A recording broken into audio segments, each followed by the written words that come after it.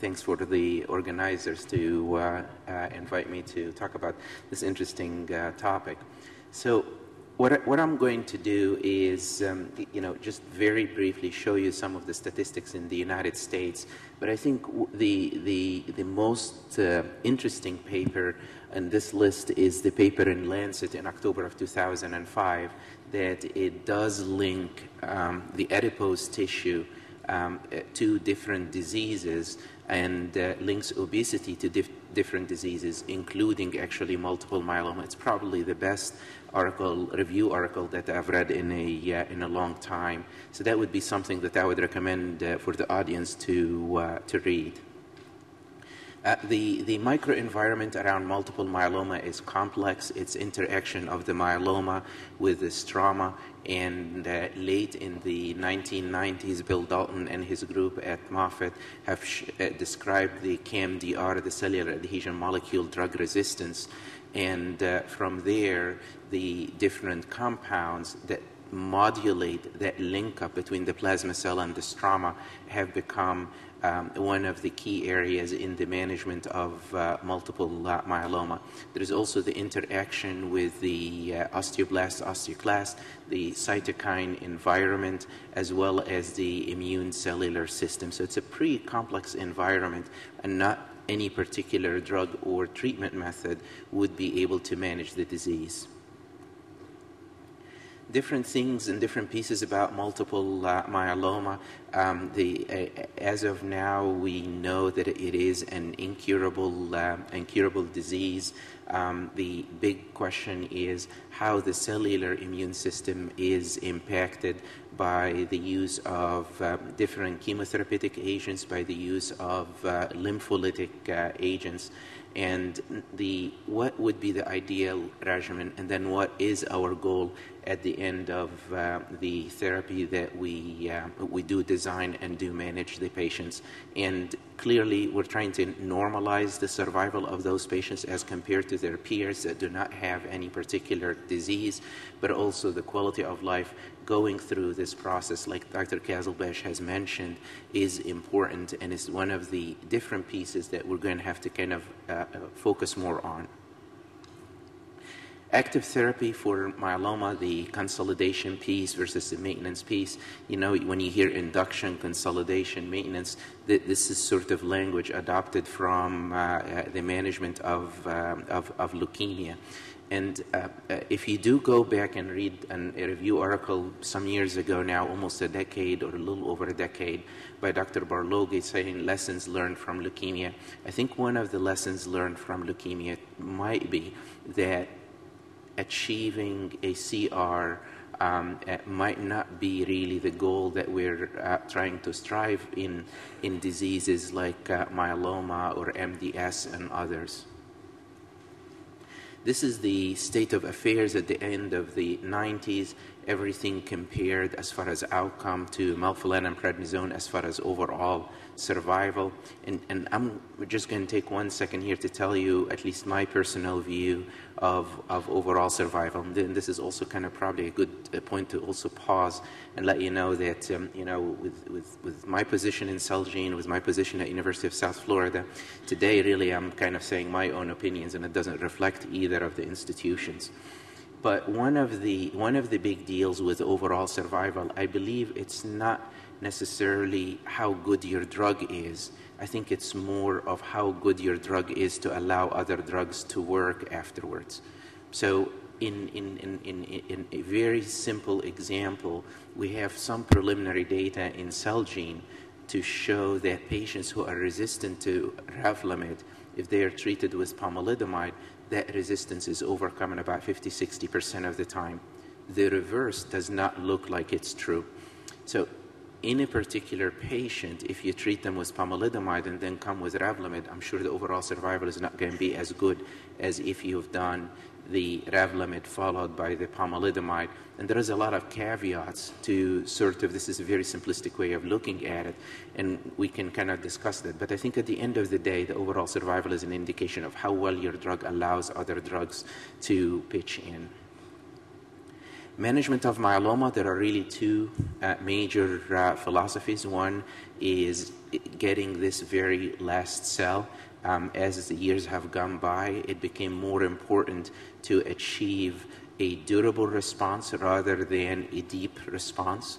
There is also the achieving of stable disease plus, with the caveat that your end organ damage recovers and the patient's performance status returns to normal and quality of life improves. So those two different philosophies of how you would manage the patient goes back to the point that was made earlier, is you sit and you discuss with the patient, what do they really want? Are they following your own definition, or they have their own definition of what quality of life is, and what do they really need out of the therapy? And I think that really is a really critical piece of how you would manage the disease.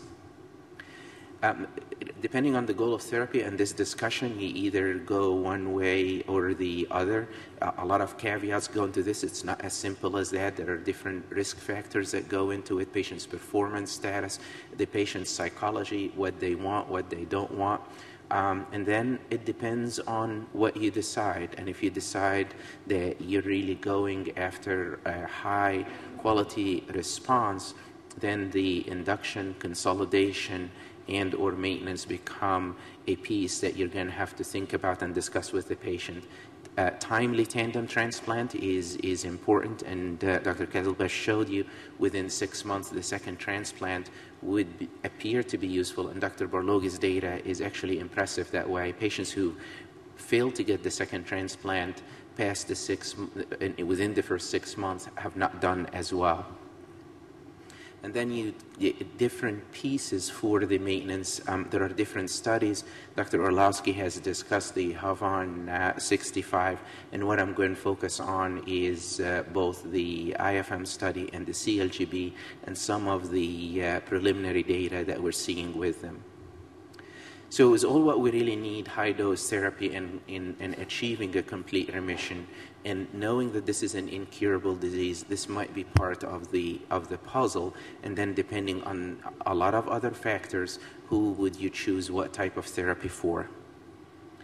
These are the different studies that we're comparing transplant to conventional therapy. The ones in green are the ones that actually showed no advantage to transplant as far as overall survival to conventional therapy. First, a tall study, basically, when they did multivariate analysis, the only factor that was significant as far as the survival was the beta-2 microglobulin level, and the treatment modality was not actually a factor. And if you, I'll have to give the French credit that in the text they actually indicated that.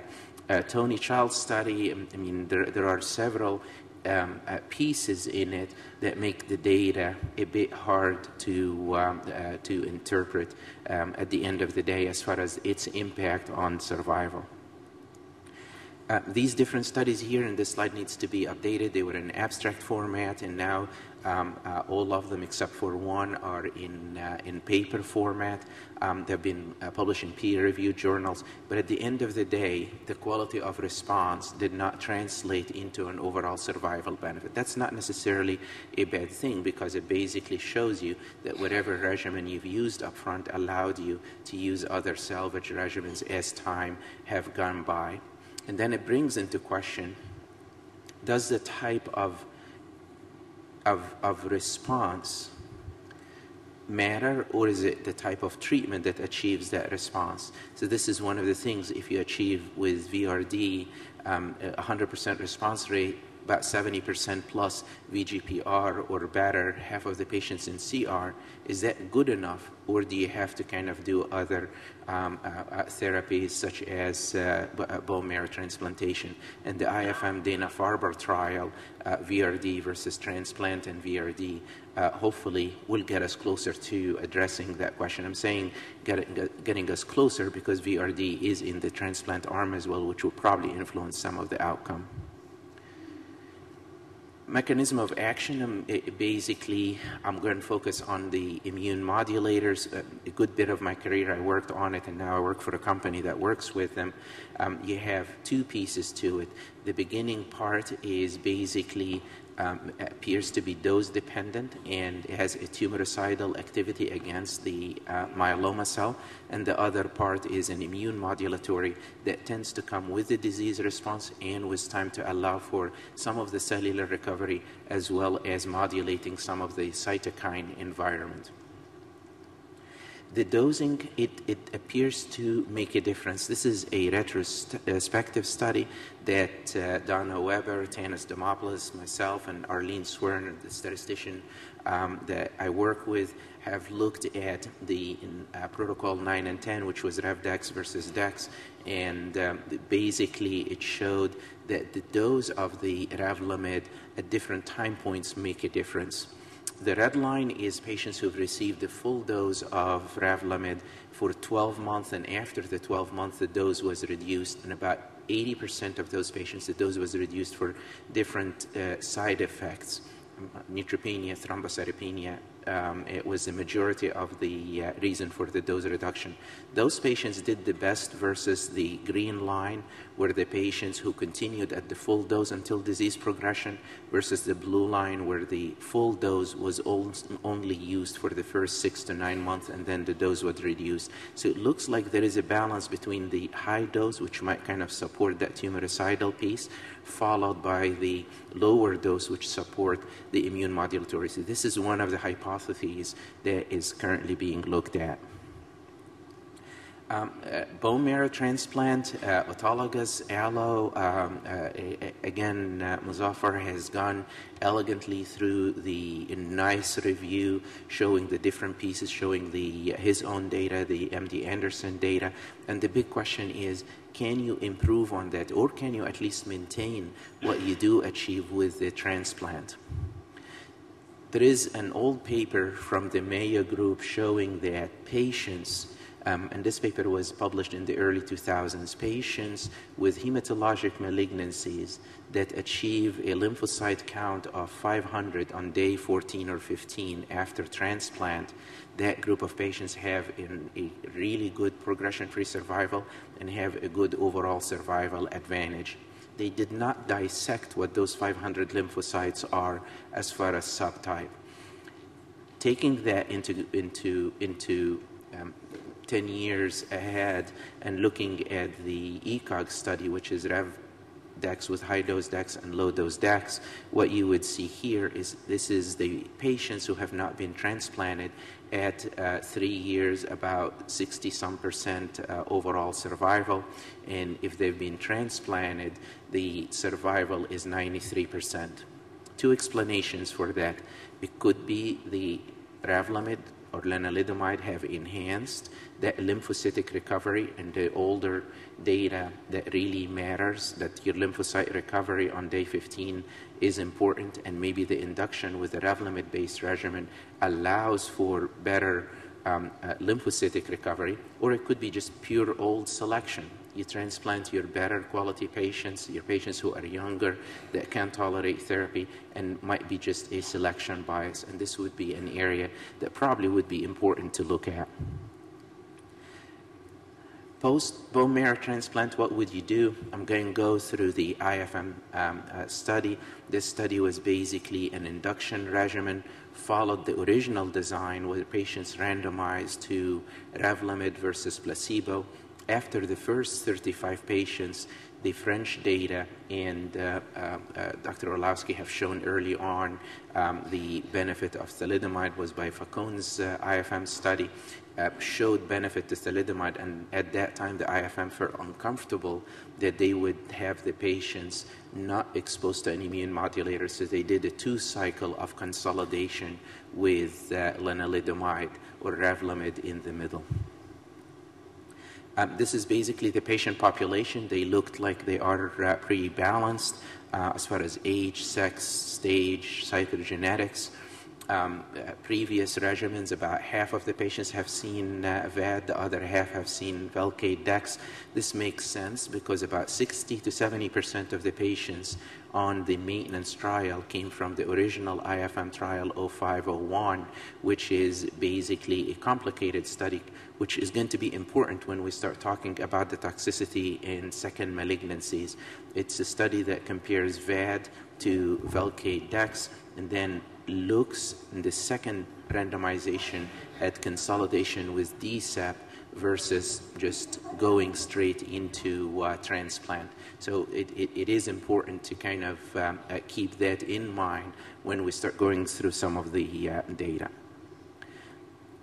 A response after the consolidation with the Revlimid, you'll see about a 10-15% improvement in the quality of response. CRs, immune fixation negative, went up by about 6%. VGPR plus went up by about 10%.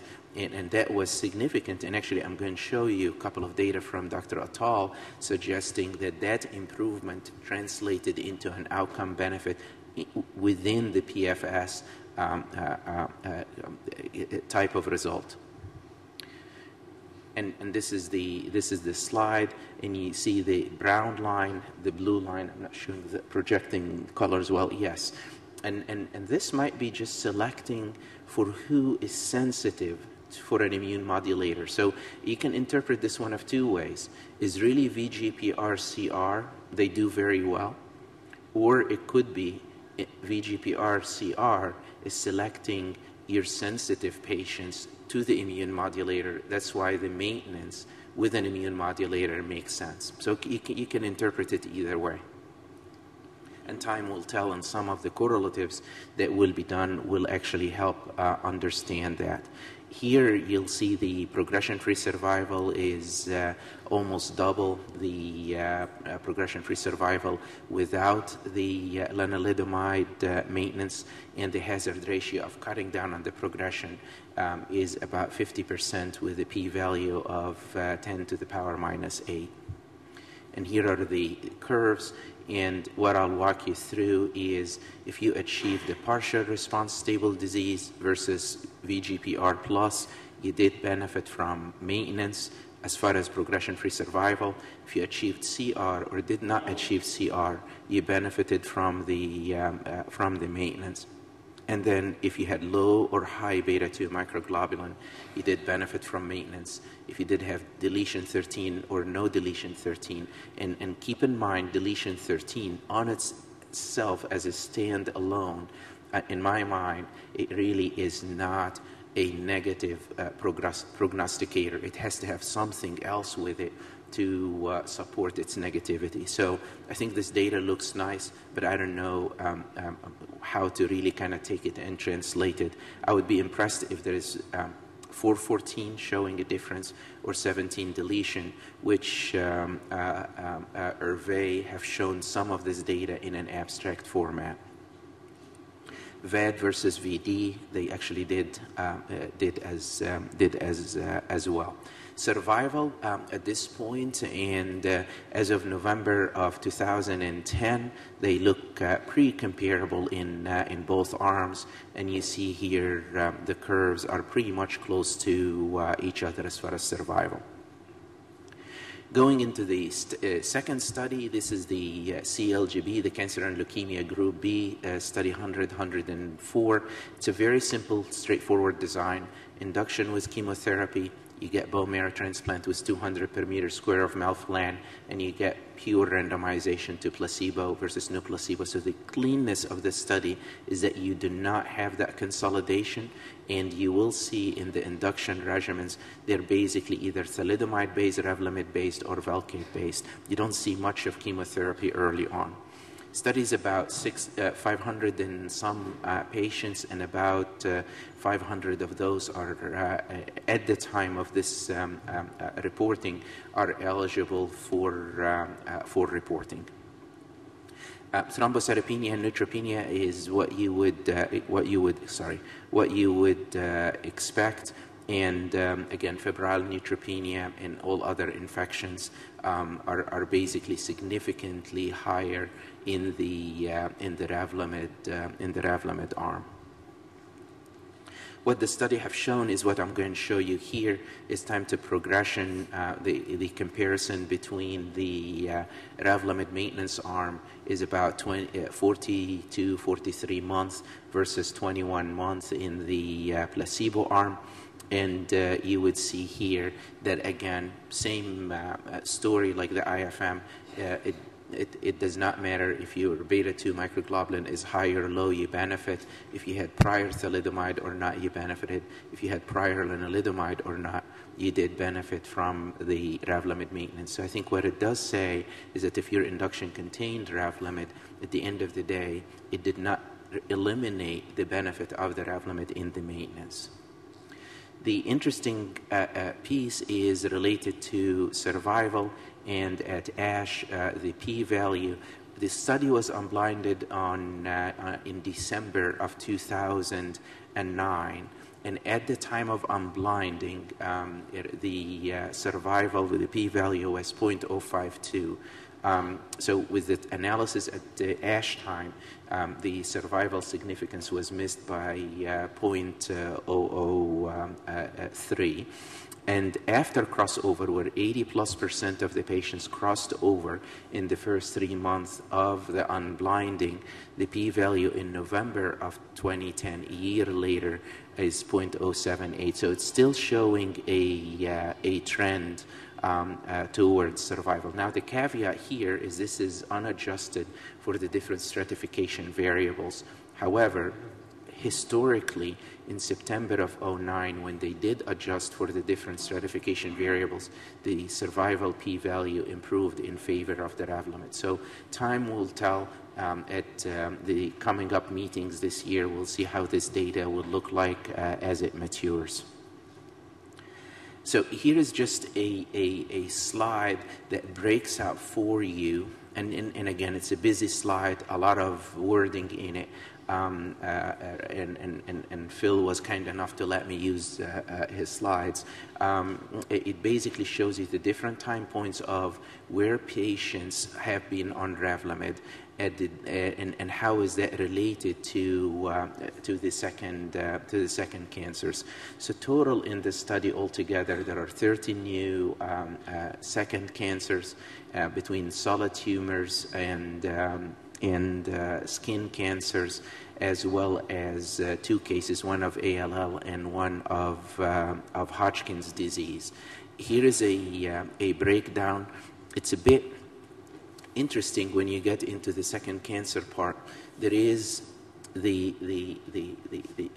big thing that I think is going to change the study designs is we're used to an advantage of the investigational agent of few months difference.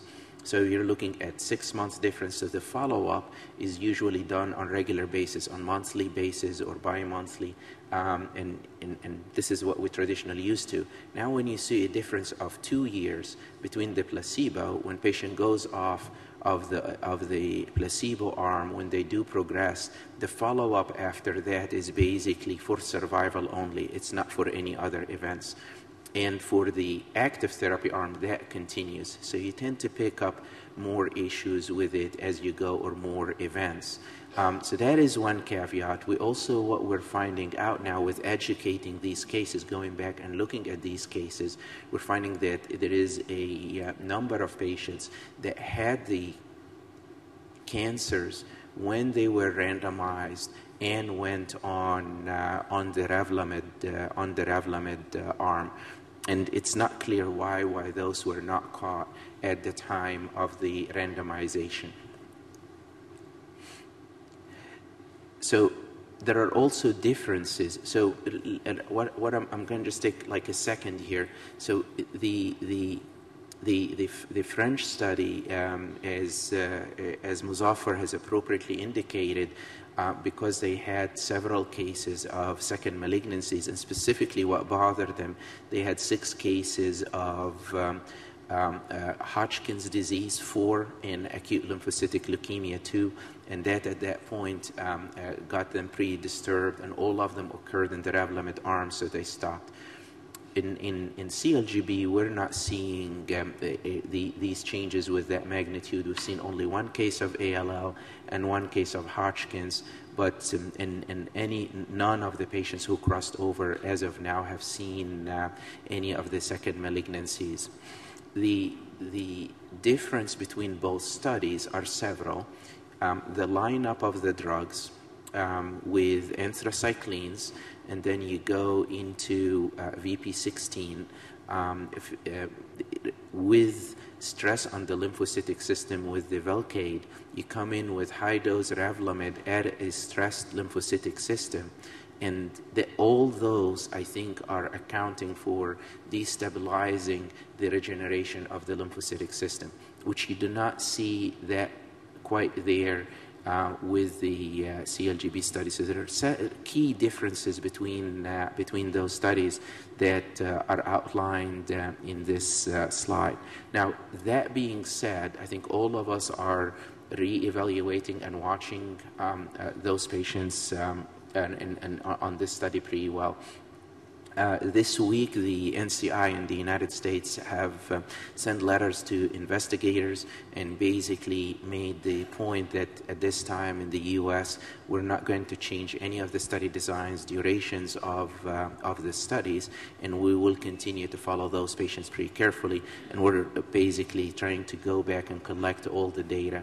And there is going to be the International Myeloma Foundation is working with the NIH to collect those cases and have them adjudicated at the NIH. So in summary, it looks like lenalidomide in maintenance appears to have a merit as far as progression-free survival. It's significant on both sides of the ocean. In the French study, it is not showing a survival advantage as of 2010, December of 2010.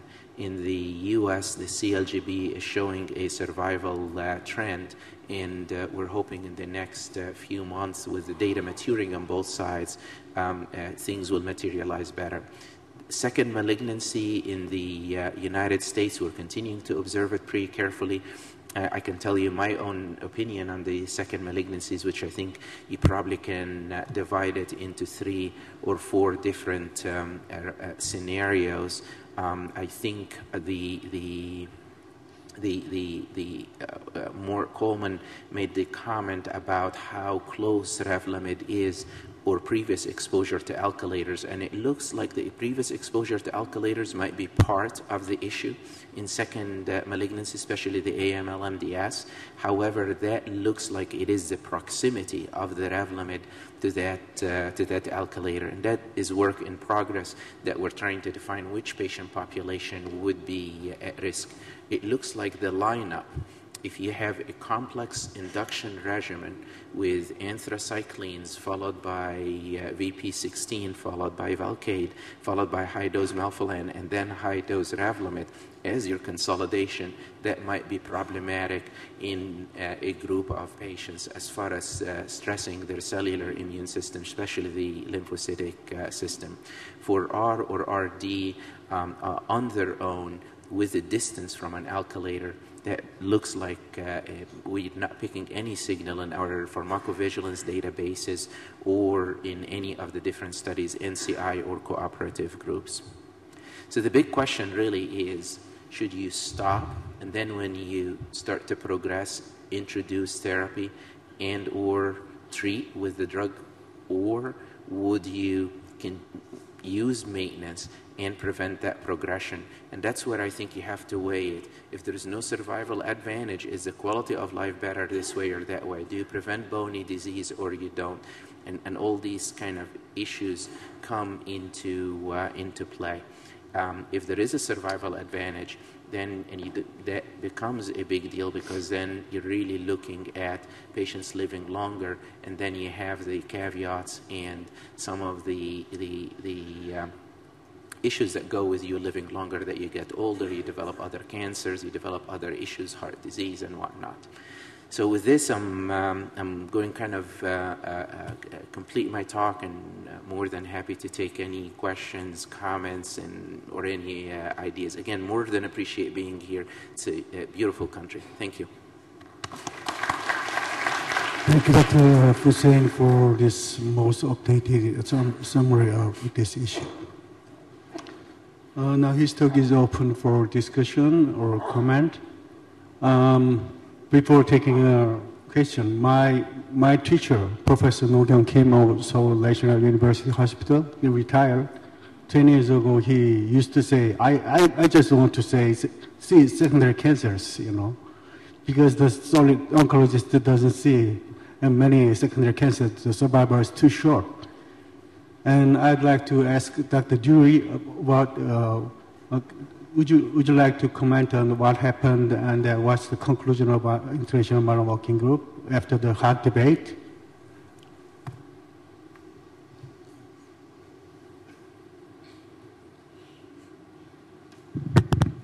Well, there was a very heated debate about the significance of the second cancers. And there are really two crucial aspects to emphasize. And the first was already mentioned by Dr. Mark Coleman. So with 5 years of experience with the BIRD regimen, in the absence of melphalan or high-dose melphalan, there's no increased signal of second cancers. And so that we do, in fact, from a large number of studies using long-term Revlimid therapy, have the chance to observe, is there a problem with increased cancers associated just with Revlimid use? And the answer to that seems to be a decisive no.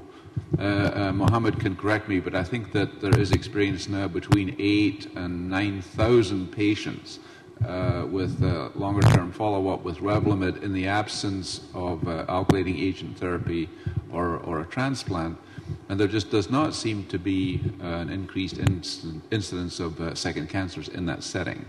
So I think that the question is what are the special circumstances of these trials in the post-transplant setting? And Mohammed just drew attention to some of these aspects. You have to consider the induction with an anthracycline, consolidation with a DCEP. In addition to alkylating agents, we know that VP16 is a concern related to the risk of second cancers. And then you have the high-dose melphalan itself, and then you have the proximity of the Revlimid intensification to the high-dose melphalan. So I think that you need to look at all of these aspects in addition to the Revlimid maintenance. And I think that everyone is waiting anxiously to see the analysis of these multiple factors by the IFM group and the CELGB at the upcoming meeting in Paris. But the working group was unable to reach any conclusion about this point and decided to wait for clear answers before making any recommendation, except to say that in the relapse refractory setting, which is the indicated use of Revlimid, there's no concern and that treatment should continue. And also in the frontline setting, there really is no concern. The RevDex high and low dose, the ECOG trial, there was no increased signal there. In the SWOG trial, we looked at DEX versus RevDex in the frontline setting, and we had no increased second cancers there either. The strange thing for me, actually, and it goes back to studies from MD Anderson, and it's interesting that we have MD Anderson investigators here, but Dr. Alexanian, the mentor of the myeloma team, was the first to really look decisively at second cancers in myeloma. And he reported back in the 1970s that there was 5, 6, 7% risk of second cancers in myeloma, both solid tumors and also AML and MDS. And so this 5, 6, 7, 8% risk, we're talking about much lower numbers now. So the question for me actually is why in some of these trials are the numbers so low? The risk of second cancer seems to be actually lower than we would expect. And so I think that there are a lot of questions and we just wait to get the answers. Thank you. I think we are far behind the schedule, so we have to move on. Thank you, Dr. Hussein. Thank you so much.